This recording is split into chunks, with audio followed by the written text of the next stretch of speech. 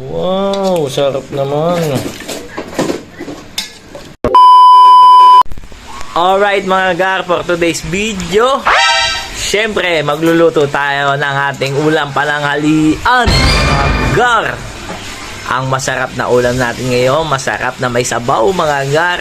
Magluluto tayo ng basic na nilagang yobab. O syempre, magandang araw, magandang buhay.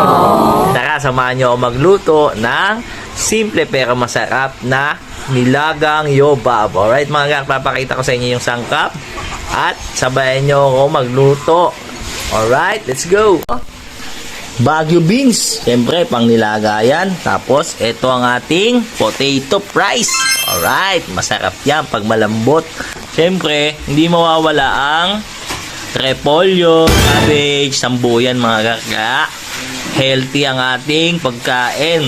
Pagtapos natin lutuin, syempre itong pinaka-the best na sausawan yan. Patis na may sili at kalamansi. Lagyan natin ng pork cube yung ating niluluto mga gar.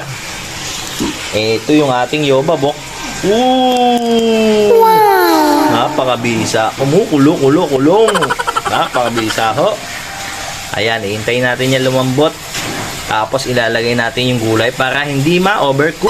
Let's go! Ayan na mga gar, nilagay na natin yung ating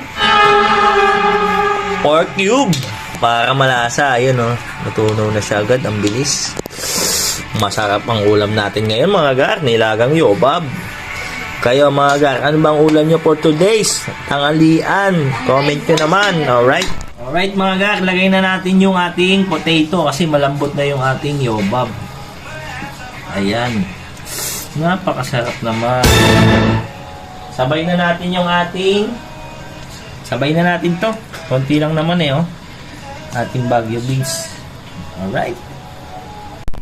Alright mga gar. Super lambot na nung ating karne. Saka nung gulay natin. Check natin. Oh, ayan oh. Wow, napakalambot na. Ilagay na natin yung ating repolyo. Eto.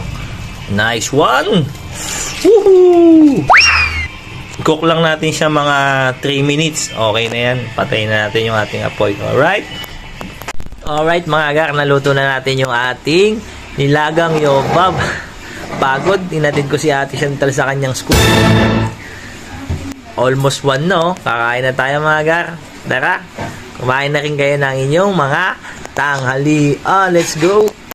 Alright mga gar, naluto na natin. Ayan na ho. Napakabisa. Kakain na ho tayo. Let's go!